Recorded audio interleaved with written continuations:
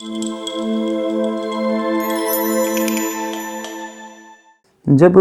Professional educations के बारे में हम लोग चर्चा कर रहे थे तो एक चर्चा ये है कि किस प्रोफेशन में, हर प्रोफेशन में खर्चा बहुत होता है। अब आज की तारीख में देखो तो इंजीनियरिंग की तैयारी करने में बहुत पैसा खर्च होता है, क्योंकि उसका एंट्रेंस ही इतना कठिन होता है कि उसके लिए बच्चों को कोचिंग देना, इस तरह की सारी चीज़ें व्यवस्था करनी पड़ती है। मेडिकल में भी लगभग यही पोजीशन है, समय ही बहुत लगता है। और अगर सरकारी सीट नहीं मिली मेडिकल में या इंजीनियरिंग में तो बच्चों का जिस कॉलेज में एडमिशन होता है वहाँ की फीसें इतनी होती है, वहाँ का खर्चा बहुत होता है। मतलब मेडिकल में तो हमें लगता है करोड़ों में खर्चा आ जाता है। और फिर बच्चा जब वो डॉक्टर बन के, इंजीनियर बन के तैयार होता है तो वो अपना वो खर्चा जो हुआ है पहले का उसको निकालेगा तो ना। इन्हीं सारे प्रोफेशंस के बीच में हमें एक प्रोफेशन याद आता है, वो है सीए का प्रोफेशन। सीए का प्रोफेशन हमें लगता है कि एक मध्यम वर्गीय परिवार के लिए अपने बच्चे को कोई एक प्रोफेशनल एजुकेशन देने के लिए बहुत बढ़िया एक प्रोफेशन है।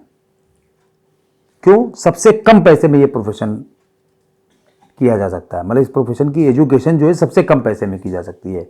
और इवन अगर सही ढंग से प्लानिंग की जाए तो बच्चा जो है फ्री में सीए बन सकता है। कैसे?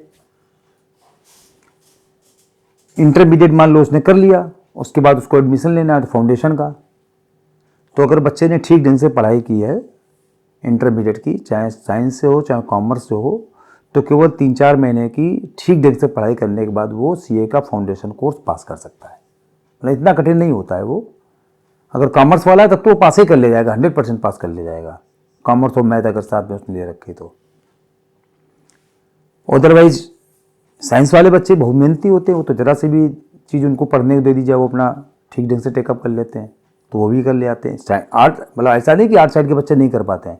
मेन चीज़ है कि मेहनत अगर ठीक ढंग से कर ली जाए तो फाउंडेशन का कोर्स कोई बहुत ज़्यादा कठिन कोर्स नहीं होता है। और इसके बाद रही बात इंटरमीडिएट की, तो जब आप इंटरमीडिएट की पढ़ाई करते हैं उसके बाद जब ट्रेनिंग आपकी चालू होती है तो ट्रेनिंग में स्टाइपेंड मिलना चालू हो जाता है। और वो स्टाइपेंड इतना होता है कि जो आपकी एजुकेशन का जो खर्चा होता है उसको मीट आउट कर देता है वो।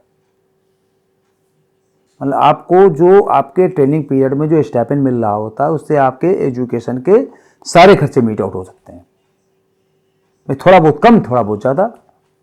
अगर हम ये मान लें कि भाई नहीं हम तो स्कूटर से जाएंगे, हम तो इससे जाएंगे, तो बात दूसरी है भाई कि हम उस तरह के खर्चे जाएं जितने बच्चों को उड़ा दें अपने ऊपर से। या हम हर जगह उनको ट्यूशन ही पढ़ाएंगे तो ट्यूशन की तो कॉस्ट अलग होती है, हर जगह होती है, उसकी कोई कहने की बातें नहीं है। जिसके कारण से ही ये इंजीनियरिंग या मेडिकल के प्रोफेशन बहुत महंगे हो जाते हैं। वो बाद में भी महंगे होते हैं अगर प्राइवेट सीट लेनी पड़ी तो। यहाँ प्राइवेट सीट जैसा कोई कॉन्सेप्ट नहीं होता है। यहाँ तो आपने अगर पास कर लिया तो पास कर लिया, किसी सीए के अंडर में आपकी ट्रेनिंग होगी और जो आपको एग्जाम देने वो आपने पास किया, उसका सीए बन गए आप। तो पूरे ट्रेनिंग पीरियड में जो आपको स्टाइपेंड मिल रहा है उससे आपके खर्चे पूरे होते हैं। कम से कम खर्चे में आपका ये कोर्स कंप्लीट हो जाता है। और इसलिए हमको लगता है कि एक मिडिल क्लास के लिए, इवन लोअर मिडिल क्लास परिवारों के लिए एक चार्टर्ड अकाउंटेंट का प्रोफेशन जो है एक अच्छा प्रोफेशन है, जो कि बच्चे आराम से कर सकते हैं। ऐसा नहीं कि रईस लोग नहीं कर सकते, रईस लोग भी करते हैं और कर सकते हैं। व्यापारियों को बहुत सारे लड़के आते हैं करने के लिए, उनके लिए तो और सुविधाजनक होता है, क्योंकि मान लो उनको कोचिंग की फैसिलिटी पिताजी ने उपलब्ध करा दी, माँ बाप ने उपलब्ध करा दी, या और दूसरी सुविधाएं उपलब्ध करा दी, तो उनके लिए और ईजी हो जाता है थोड़ा। बाकी के लिए इतना ही होता है कि भाई कि उनको कोचिंग फैसिलिटी मान लो नहीं मिली तो थोड़ा समझने में उसको समय लगता है। लेकिन इंस्टीट्यूट का जो स्टडी मटेरियल है वो इतना बढ़िया होता है कि वो आराम से केवल स्टडी मटेरियल पढ़ के, इवन उनको बाहर से कोई किताब भी नहीं लेनी है, केवल इंस्टीट्यूट का स्टडी मटेरियल पढ़ के ही वो अपना एग्जाम पास कर सकते हैं। तो जितने भी प्रोफेशन है, और सबसे बड़ी बात यह है कि जॉब की गारंटी है इसमें। आप एक बार चार्टर्ड अकाउंटेंट बन जाओ, आप कभी बेरोजगार नहीं रहोगे, जो एक बहुत बड़ी समस्या मानी जाती है युवाओं के लिए। आपको चाहे जो नौकरी मिले, मिलेगी जरूर आपको। शुरुआत में हो सकता है कम पैसे की मिले जैसा लोग सोचते हैं, लेकिन बाद में उसको आप अपनी मेहनत करोगे, अपना ग्रो करते जाओगे। अगर नौकरी करनी है और प्रैक्टिस करने में तो कोई है ही नहीं, बंधन ही नहीं है। आप अपने घर से प्रैक्टिस कर सकते हो, किसी सीनियर पार्टनर सीए के साथ बैठ के अपना प्रैक्टिस कर सकते हो। आजकल तो जैसे जीएसटी वगैरह के बहुत सारे काम चालू हो गए हैं, इसमें इतना मास वॉल्यूम है वर्क का, कि जो आदमी करना चाहे अपना जैसे चाहे वैसे करे, मतलब काम की कोई कमी नहीं है अगर करने वाला चाहे तो। बस ये बात दूसरी कि शुरुआत में ये काम आदमी वॉल्यूम वाला काम करता है, बाद में उसको लगता है कि ये काम थोड़ा कम रेम्यूनरेटिव है तो उसको छोड़ता जाता है, जो रेम्यूनरेटिव काम है वो रखता जाता है और प्रैक्टिस इसी तरीके से अपनी आगे बढ़ाता जाता है। और सर्विस करने में भी यही होता है, शुरुआत में जो नौकरी मिली वो कर ली, इसके बाद अपना प्रमोशन के लिए अपना दूसरी सर्विस छोड़ के ज्वाइन करता रहा।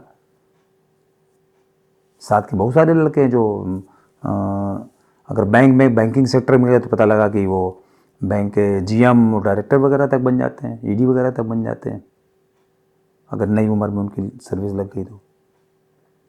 फाइनेंशियल इंस्टीट्यूशंस में जो बाकी प्राइवेट सेक्टर में जाते हैं तो वो सीएफओ वगैरह बनते हैं। है क्या कि 2-3 साल का जो ट्रेनिंग पीरियड होता है उसमें मेहनत करने की उनकी आदत पड़ जाती है, काम करने की आदत पड़ जाती है, किसी काम को अच्छे से अच्छे तरीके से करने की आदत पड़ जाती है और इसलिए वो प्रोग्रेस कर जाते हैं। तो हमें लगता है कि कम पैसे में इवन फ्री ऑफ कास्ट करने का अगर कोई कोर्स है, प्रोफेशनल कोर्स, तो चार्टर्ड अकाउंटेंसी कोर्स है।